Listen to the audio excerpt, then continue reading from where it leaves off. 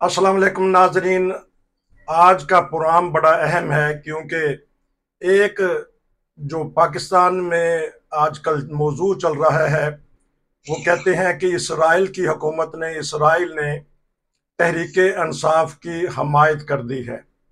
बहरहाल इसके ऊपर बात करेंगे। और दूसरी बात हम साथ ही करेंगे कि क्योंकि इंसानी हकूक़ के ऊपर आज का प्रोग्राम है, जो HRPC उसके मेंबर हैं मेरे साथ सरदार खिजर महमूद साहब। ना सिर्फ ये हाई कोर्ट के एडवोकेट हैं बल्कि वो मेंबर हैं जो इंसानी हकूक़ कमीशन ऑफ पाकिस्तान है उसके मेंबर हैं।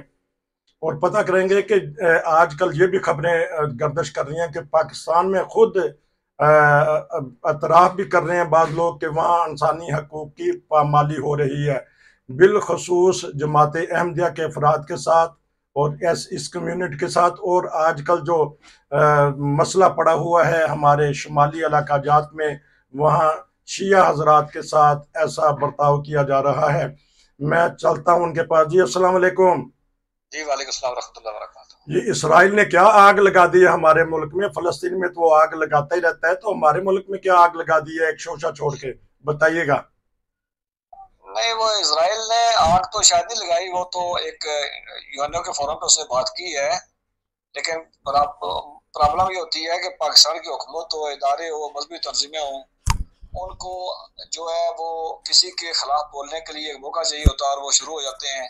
और जब उनकी कोई करतूत पे बात करे तो फिर उनको तकलीफ भी आती है कि जी कोई बात अब पे क्यों कर रहा है। आप देख लें कि वजीर आजम साहब ने बयान दिया कि जी जब अभी स्वीडन वाला मामला जो इंतहाई घटिया और गलीज काम था जिसने भी किया, लेकिन अगर कहीं दुनिया के अंदर कोई मामला हो तो फिर वो हमारी मजहबी जो तंजीमें हैं, हमारी जो हुकूमत है, हमारे जो इदारे हैं, वो उस मुल्क के जो है वो थोपते हैं कि जी मुल्क का जो है ये उस मुल्क की इज्तिमाई सोच है और सरकार की सरपरस्ती में हुआ है। जबकि हमारे मुल्क में जब कुछ हो तो वो कहा जाता है कि जी इसका तो इस्लाम से तल्लुक ही कोई नहीं है। अब दूसरा ये है कि ये इंडिविजुअल का मामला है। इसराइल ने जो बयान दिया और वज़ीर आज़म साहब ने कहा कि जी हमारे मुल्क के अंदर तो कभी ना तौरात को जलाया गया, ना इंजील को जलाया ढंग से मजहबी। जबकि आपको मालूम है कि जो हमारे क्रिश्चियन भाई हैं उनके चर्चों पे हमला हुआ, उसके बाद उनका वहाँ पे जलाओ गिराव हुआ, उनकी जो है मुकद्दस किताबों को जलाया गया। उसके बाद हजारों का आप देख रहे हैं, हजारों की नस्ल कुशी की गई। ये छोटी सी कम्युनिटी है कोयटा के अंदर जिनको डेलिबरेटली, आप सबको मालूम है कि ये जब नामालूम की बात होती है सबको मालूम होता है किसने मारा उनको। आपने अभी चित्राल की बात की, आपको याद होगा कि दो ढाई महीने पहले चित्राल के अंदर एक स्कूल के अंदर जब हमें खबरें आ रही थी कि वो टीचर्स को वहां पे गोलियां मार के मारा गया। ऐसा नहीं था, बल्कि वो टीचर को जो है फिका जाफरिया के टीचर थे, वो उनको वहां पे छुरियों के कड़ारियों के मार करके उनके टुकड़े किया गया था उनको। अभी चित्राल के अंदर जो है वो इलाके में ऊपर कोरो एजेंसी है उस एरिए में जो है वो वहां पे जमीन के तनाजे पे ये झगड़ा शुरू हुआ था। लेकिन शिया दूसरे जो वहाँ का मसला क्या उसके खिलाफ था और उनको जो है शियों के खिलाफ जो है दूसरों का अमदाद वो अफगान तालिबान भी कर रहे हैं। आपको समझ आ जानी चाहिए कि मैं किसकी बात कर रहा हूँ। तो वहाँ उनको तो उनके 9 से 10 लोग मारे जा चुके हैं। इसी तरह आप देख लें कि पाकिस्तान के अंदर पिछले 8-10 साल में 5 से 6 लाख हिंदू जो हिजरत करके गए हैं। आपने एमडीओ की बात की है, एमडीओ के लिए मैं हमेशा से कहा करता हूँ कि एमडीओ के लिए कानून तो पाकिस्तान में हुकूमत, हर हुकूमत जो है वो मौलवियों को खुश करने के लिए और अपनी नाकामी छिपाने के लिए, कुछ डिलीवर न करने के लिए, जब उसको कुछ भी मामला होता है तो वो परवेज लाई हो, वो शहबाज शरीफ हो, वो बिलावल हो, वो फजल रहमान हो, उसको जमात अहमदिया के खिलाफ तकलीफ दे के और मौलवियों को खुश करना उसके लिए सबसे आसान जो है अदब होता है। अभी जो ईद पे हुआ वो आपने देखा। और उसके बाद बिलावल साहब ने कहा जी कि हमारे मुल्क में बिलावल साहब ने इस सारे गंद का जो है होलसेल जो डीलर है और ये जो पाकिस्तान में हो रहा है वो बिलावल के नाना साहब ने शुरू किया था। और किसकी माँ पे शुरू किया था दुनिया का मालूम है कि उसके बाद सब कुछ करने के बाद पूरी दुनिया से वो अब माल इकट्ठा करके फिर वो अफगानिस्तान गए थे और जहाद का, और वो जहाद का फल जो अब मिलना शुरू हो गया। अभी रिसेंटली आपने जो जो बाजवा साहब के साथ वो अफगानी ने किया और उस अफगानी ने जो बातें की हैं, अगर वो बारीकी से देखी हूँ तो ये जो 40 साल का जहाद था और वो जो जमात अहमदिया के खिलाफ दूसरी तरमीम करके मौलवियों को इकट्ठा करके अफगानिस्तान ले गया, ये उसके फल हैं। तो ये सारी चीजें चीजें मिला के आप आगे देखेंगे तो ओवरऑल जो तस्वीर बढ़ती है कि वो यही है कि पाकिस्तान के हुक्मरानों को जब कोई बात करें, इनकी करतूत में बात करें, तो इनको आता है इसराइल ने किया होगा। इसराइल का अपने मामला बिल्कुल सही है कि इसराइल भी इनकी तरह उसके क्लीन एडिट नहीं है, उसके अपने हाथ जो खून से लगे हुए हैं। लेकिन जो है जो जो अपने आप को कह रहे हैं कि हमने कुछ नहीं, तरीका कारी होता है कि आप अपने मुल्क को देखते हैं, जब दूसरा इतराज करता है तो आप उससे लड़ाई नहीं करते, आप अपने हालात को देखते हैं, घर को देखते हैं कि घर के अंदर क्या हो रहा है। आपके अंदर लब्बैक को आपने खुला छोड़ा हुआ है। और मैं बड़े दावे से कह सकता हूँ कि वो पाकिस्तान के एस्टेब्लिशमेंट के इशारे पे इमरान खान के खिलाफ 9 मई का केस आया और एकदम से कराची से उनका जो है वो प्लग ऑन कर दिया गया और वो कराची से लेके लाहौर तक गए। फिर उनके साथ मायदा किया गया, पहले भी एक दफा मायदा किया गया था, जिसमें दुनिया के मॉडर्न दुनिया में किसी जगह पे किसी जत्थे को, किसी तंजीम को, जिसको उस वक्त की हुकूमत कह रही हो कि ये फॉरेन फंडेड है, ये मुल्क दुश्मन है, ये इस्लाम दुश्मन है, ये इंसानियत दुश्मन है, उसको आपने फ्री के अव्वल फ्री के 2 रियासत के सामने आपने करके उसके साथ मायदे किए थे। उसके बाद जो फैजाबाद में जो मायदा हुआ था, जिसमें फौजी जनरल को पैसे देकर उनको कह रहा था कि हम और तुम एक ही है, तुम हमारे बच्चे हो। तो ये सारी चीजें उस मुल्क का वो इंसानी हुकूक की क्या बात की जाएगी और उसपे वो किसी दूसरे पे इल्जाम लगाने के बजाय अपने आप को ठीक करने की तरफ क्यों नहीं जा रहा है। अच्छा, ये बताइएगा कि बाज लोग बोल भी जाते हैं, इसराइल का मौकफ क्या है 9 मई के हवाले से, या वैसे उन्होंने इंसानी हकूक के बारे में बात की है, ताकि फिर उसके ऊपर एक और सवाल करूंगा। देखिए तो बात यह है कि उस जो मुझे समझ आई है, जो बयान उसका आया है, चूंकि हमारे पाकिस्तान मीडिया ने तोड़ मोड़ के पेश किया है, उन्होंने 9 मई के बाद जो पाकिस्तान के अंदर पकड़ दकड़ शुरू हुई है, ये बात बिल्कुल सही है कि 9 मई का वाकया हुआ, उस वाकये पे हर बंदा जो है वो समझता है कि इस बंदे को एक प्रॉपर इन्वेस्टिगेट किया जाए, जिन लोगों के जुर्म को सजा दी जाए। लेकिन जिस तरह की उनके पकड़ दकड़, औरतों की पकड़ दकड़ की गई, और ये बात बिल्कुल मैं एक इंसानी हुकूक की तंजीम का मेंबर रहने नाते मैं बिल्कुल मानता हूँ कि पंजाब के अंदर पुलिस ने ये तरीकाकार किया हुआ है कि वो जिस बंदे को पकड़ती है उसको कहती है जी कि तुम्हारा वो जियो फेंसिंग में नाम आया हुआ है, 20 लाख दो, 30 लाख दो, नहीं तो डाल देंगे तुम्हें। तो ये उनकी कमाई का जरिया भी बना हुआ है। और जब इस तरह के मामला हो तो उस पर भी उसने उसके नुमाइंदे ने बात की है। दूसरी बात है जो ईद पे आपने किया कि पूरी पुलिस जो है वो नमाज छोड़ के, कुर्बानी छोड़ के, लब्बे के गुंडे गलियों महलों में फिर रहे थे और एमडीयू के घरों पे हमले हो रहे थे, एमडीयू के फ्रिज में गोश्त डाला जा रहा था। तो ये सारी तंजीमें आज ग्लोबल विलेज में रहते हैं। जब अब इस तरह का सारा मामला होगा तो दुनिया का हर जो चैनल सोए, पाकिस्तानी चैनल सतु भी के सोए रहे, बाकी दुनिया के हर चैनल ने उसमें बात की है और ये अगले साल तक ये बात होती रही है, होती रहेगी। लेकिन उसकी वजह यह थी कि हुकूमत के पास कुछ करने को था नहीं, कोई डिलीवर करने को था कुछ नहीं। उन्होंने इस पे लगा के सारे के मौलवियों को खुश किया हुआ है। पाकिस्तान में मौलवियों को खुश करने के लिए या पाकिस्तान के आम आवाम को, चूंकि 70 साल से इन्होंने मजहब के चूरन बेच के, तो वो उस पर लगाया हुआ। मैं आज एक दिलचस्प बात में आज भी शायद किसी दोस्त से बात कर रहा था, मैंने कहा जनरल जिया जब आया था तो वो आ रहा ही था, उसने प्याज गंडू की बात नहीं की, उसने इस्लाम की तिजारत शुरू की और करोड़ों रुपए कमाए। और अब हाफिज जो आसम मनीर साहब हैं, ये सैयद भी हैं, हाफिज भी हैं, लेकिन ये वो प्याज गंडों की तरफ जा रहे हैं कि ये तो ये कौम को हमेशा उस जगह जो अपना काम नहीं किया जाएगा, जिस मकसद के लिए आते हैं वो नहीं है, जिसकी तनख्वाह लेते हैं वो काम नहीं करेंगे, ये किसी और काम में कौम को उलझा के उधर रखेंगे और अपना जो है वो उल्लू सीधा कर रहे होते हैं। अच्छा, ये बताइएगा कि दावा है पाकिस्तान का, ये इस्लामी मुमलकत, पाकिस्तान एक इस्लामी मुल्क है, इस्लाम का दावा है, रब्बुल आलमीन का, कुरान का दावा है, रहमत लिल आलमीन का। तो क्या वजह है कि रब्बुल आलमीन की इबादत नहीं करने दी जा रही और रहमत लिल आलमीन के नाम पर दुरूद नहीं पढ़ने दिया जा रहा? क्या आप, क्योंकि इंसानी हकूक कमीशन के आपने कहा दावा है, तो दावा तो कुछ भी किया जा सकता, दावा करने पे किसी को पाबंदी तो हो नहीं सकती है। आप सारी जिंदगी चोरी, डाका, करप्शन, बदनीयती, मंशियात फरोशी से आप बिल्डिंग ना पे उसमें आज़ाद मन फजल रबी लिख दें, आप असेंबली के उस दरवाजे पे लिख दें जिस पे एक ला इलाहा इल्लल्लाह मुहम्मद कलमा पाक लिख दें, और उसके बाद आपको हर हुकूमत जो है वो कहे कि हमारे जो मेबरान हैं ये चोर हैं, राशि हैं, बददियानत हैं, बदकिरदार हैं और उसके बाद ये बिकते हैं, वो इमरान हो, वो नवाज शरीफ हो, जरदारी हो, वो उसके बाद का उनको कहा जाता रहा है कि ये हमारी असेंबली जो है इनमें बेज़मीर लोग बैठे हुए हैं।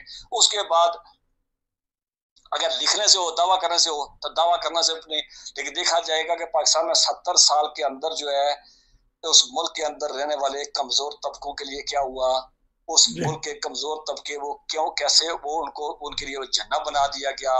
उस मुल्क के अंदर जो कमजोर तबके हैं उसके खिलाफ किस तरह की जो है वहशना कानून साजी की गई, किस तरह जो ताकतवर थे उनके घरों में उनके घरों में, उनके खिलियानों में, उनके कब्रिस्तानों में घुस के उन्होंने उसको मस्मार किया। पाकिस्तान में आप किसी क्रिश्चियन औरत से या किसी मर्द से अगर कोई बात करें तो वो आपको बात करने के लिए तैयार नहीं, उसको खौफजदा है। हिंदू जो है वहाँ जहाँ भी या भी है वो देख लेंगे, जिस तरह वो एक लड़की इंडिया गई है उसको कोई बंदा भी शोर आदमी उसको नहीं करेगा और उसको अप्रिशिएट नहीं करेगा। लेकिन जिस तरह के वहाँ वो डाकू जो कच्चे में बैठे हुए हैं, जो डाकू हैं, जो प्रोफेशनल डाकू हैं, वो धमकियां कैसे दे रहे हैं और अकलीतों के लिए है। बाकी जो तगड़े बैठे हुए मुझे बताया जाए लपे के जिस तरह गुंडे जो गली गली घूम रहे हैं और उनको जिस तरह परवेज लाइन है और इन्होंने सब ने उनको खुल दी है। मुझे बता दें किसी महज़ब दुनिया के अंदर क्या ऐसा हो सकता है? क्या कोई मुल्क बर्दाश्त कर सकता है? क्या कोई इसी मुल्क के जो अमन अमान के इदारे जो है बाल करने वाले वो इस तरह सतू पी के सो सकते हैं? अच्छा, एक और बताइएगा, क्योंकि आप मेंबर हैं इंसानी हकूक के, इस ज़माना में जो आपके चेयरमैन थे अब तो वफात पा चुके हैं, और आसमा जहांगीर भी ये आवाज़ उठाते थे अहमदिया कम्युनिटी के मतलब भी, हिंदू कम्युनिटी के मतलब भी, सिखों के मतलब भी, हज़ारा की मतलब भी। अब इतना बड़ा जुल्म हो गया है, सारे चैनल जिस तरह आपने कहा कि पूरी दुनिया पीट उठी है कि अहमदियों के उनके हकूक बुनियादी नहीं दिए जा रहे। आपने भी इकरार किया कि वहाँ ये होता है। तो इंसानी जो हमारा कमीशन है पाकिस्तान में इंसानी हकूक का, ये कब जागेगा? इनको कब ख्याल आएगा कि कुछ ना कुछ? मैं एक बात बताऊं कि इंसानी हकूक के जो मेंबरान हैं वो भी इसी पाकिस्तान से आते हैं, इसी सिस्टम से लिए जाते हैं। बहुत जगहों पे हमने बात की है, बहुत जगहों पे सेमिनार में बात हुई है। तो मुझे हमें भी वो लगा कि ये शायद इनकी ट्रेनिंग भी प्रॉपर नहीं तरीके से हो रही है। जहाँ तक मैडम आसमा याद रखें, इस कौम के अंदर 50 साल 100 साल बाद की आवाज थी जो पहले पैदा हो गई है और वो दुनिया से चली भी गई। देखिए बात यह है कि जब वो human rights commission of Pakistan या HRCP हमेशा बात करता रहा है, कमजोर तबकों की बात करता रहा है, लेकिन ये है कि वो अपनी रिपोर्ट भी हर साल जारी करता है और वो दुनिया पूरी उस रिपोर्ट को जो है वो एक बड़ी ऑथेंटिक रिपोर्ट भी मानती है। लेकिन याद रखें कि पिछले 8-10 साल में जो इंसानी हकूक के मेरे जो बड़े बुजुर्ग थे, जिनसे हम सुनते थे, जिनके साथ जिनकी आंखों में एक चमक थी, कि जो समझते थे कि ये मुल्क जो है बेहतरी तरफ जाएगा, स्पेशली जब CPEC आया और कुछ मामला जो हुए तो उसके बाद। लेकिन जब सुलेमान तासीर को कत्ल करने के बाद फिर मैंने वो एक लफ्ज कहा था कि वो जनरल साहब ने जब कहा कि हम और तुम एक ही हैं, उस दिन के बाद से फिर पाकिस्तान के अंदर स्पेस जो इंसानी हकूक का मजीद कम होना शुरू हो गया। वो जनरल ज़िया का जो अखबार था वो छटा, कुछ हालात में कुछ रोशनी नजर आई, लेकिन वो फिर एक दफा मोड़ के उसको वापस ले आया। अब इंसानी हकूक की तंजीमें वो किस पे बात करें? रोज लोग साफी उठाए जाते हैं, सियासी जमातों के कारकुन उठाए जाते हैं, उसके बाद रोडों पे जो कुछ हो रहा है वो देखा जा रहा है, स्ट्रीट्स में जो कुछ हो रहा है वो देखा जा रहा है। उसके बाद जो कमजोर तबके हैं, जो मजहबी अकलीतें हैं, वो अहमदी हो, वो अहमदी तो हो या कोई, मैं मजहबी अकलीतों से मुराद मेरी कभी भी ये होता है कि वो जो आबादी में कम है, वरना ये अकलियत शायद मॉडर्न दुनिया के अंदर तो गाली है कि आप किसी को जो है वो अकलियत नहीं कह सकते, कि जो पाकिस्तान के अंदर कहा जाता है। लेकिन मजहबी डिफरेंसेस वाले हों या मजहबी अकलीतें जो हैं, जो सिख है, हिंदू है, आप देख लें उसी पाकिस्तान के अंदर एक हिंदू जो था वो सिख बन के रहता रहा और वहां से भाग गए, इसलिए कि सिखों के लिए पाकिस्तान की एजेंसियां एस्टेब्लिशमेंट थोड़ा सा नरम गोशा का मकसद भी रखती नहीं है। हिंदू के मामला और थे, तो इस तरह के मामला इंसानी हकूक बोलता रहा है, लेकिन इंसानी हकूक का बोलने का स्पेस भी कम से कम तर किया जा रहा है। पिछले दौर में एक इदारा बनाया गया था, उसको कहा था NCHR, national commission for NCHR, एक इदारा बनाया था यूरोपीय यूनियन किया और इंटरनेशनल जो इदारे थे इंसानी हकूक उनकी इमाम में बनाया था वो। लेकिन वो जब ये हमारे पिछले जो गई है उन्होंने उसका वो बजट बंद कर दिया था, उसके वो जो नई उनकी जो अपॉइंटमेंट थी वो रोक दी थी। तो ये सारा करके तो मिला के आपने 10 साल में वापस मुल्क को बंद गली में लेके गए हैं। तो इस तरह का कोई इदारा हो, तंजीम हो, उनको भी काउंटर कर दिया गया। आपको याद होगा कि पहले सिविल सोसाइटी हुआ करती थी जो इंसानी हकूक की, आजकल सिविल सोसाइटी ने वो लाल मस्जिद वालों की बनी हुई है। तो जब लाल मस्जिद वालों की होगी, आप उनको देखिए वो दुर्नाते फिरते हैं, वहां कोई नहीं बोलता है।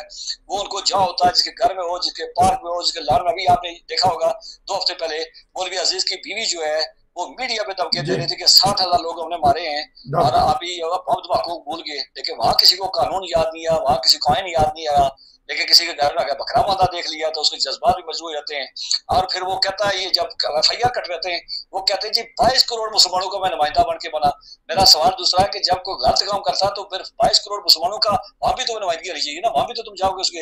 लेकिन वहां जब अगर कोई बम धमाका कर जाए, कोई गलीज किरदार कर जाए, तो हमारी हुकूमत उठ के कहती है नहीं, इसका इस्लाम से तल्लुक कोई नहीं है। और जब यहाँ पे तुम्हारा तो मिला, इससे सारे को इतना मट गिरा दिया गया है। हुकूमत का काम जो है वो अपना काम कभी कर नहीं रही है, उसका भी इसी मामले में वो लोगों को उलझाए रखना। मजहबी जो है इंताब को उनके आगे वो हुकूमतें ढेर हुई हुई है। इस्टेब्लिशमेंट जो है उनकी पुष्पराई कर रही है, इस पर दो बातें नहीं है। वरना याद रखें, एक SHO वो अगर खड़ा होके अपने थाने के हदूद के अंदर अगर वो जो बड़े बड़े डाटे खान है उनको वो अगर एक दफा कहे कि तू थाने शाम को आ जाना, तो उनकी मां मर जाती है। लेकिन चूंकि एस्टेब्लिशमेंट खड़ी है, उस मुल्क का रोजगार इसी में है, उस मुल्क का कारोबार इसी में है, सियासी जो वोट का जो है दारोमदार इसी में है, इसलिए वो चल रहा सारा। और वहां पे रोज जो इंसानी हकूक के लिए वो इसराइल बोले, अमेरिका बोले, यूरोपीय यूनियन बोले, लेकिन मेरे ख्याल में इसराइल से ज्यादा यूरोपीय यूनियन कंसर्निंग जो इदारे हैं जिन्होंने पहले पाबंदियां लगाई थी या जो इंसानी हकूक पे काम करते हैं, इन लोगों को या इन ममालिक को कम अज कम देखना चाहिए कि वहाँ स्पेस कम होता जा रहा है और ये मामला कहाँ पे जाएंगे। आपका बहुत शुक्रिया। नाज़रीन, ये थे हमारे इंसानी हकूक कमीशन ऑफ पाकिस्तान के मेंबर जो बता रहे थे कि पाकिस्तान में किस तरह इंसानी हकूक की पामाली की जा रही है। किताबें भरी पड़ी हैं कि कायदे आज़म ने पाकिस्तान को आज़ादी क्यों दिलवाई। कम अज़ कम उन्हीं को सोच लें, उन्हीं को देख लें, उन्हीं को पढ़ लें कि कायदे आज़म ने क्यों अलहदा मुल्क बनवाया। इस पर भी हम प्रोग्राम करेंगे। बहुत सारी चीज़ें नाज़रीन, उस पर हम बात करेंगे। अगले प्रोग्राम तक इजाज़त दीजिए। आपका बहुत शुक्रिया। अस्सलाम वालेकुम।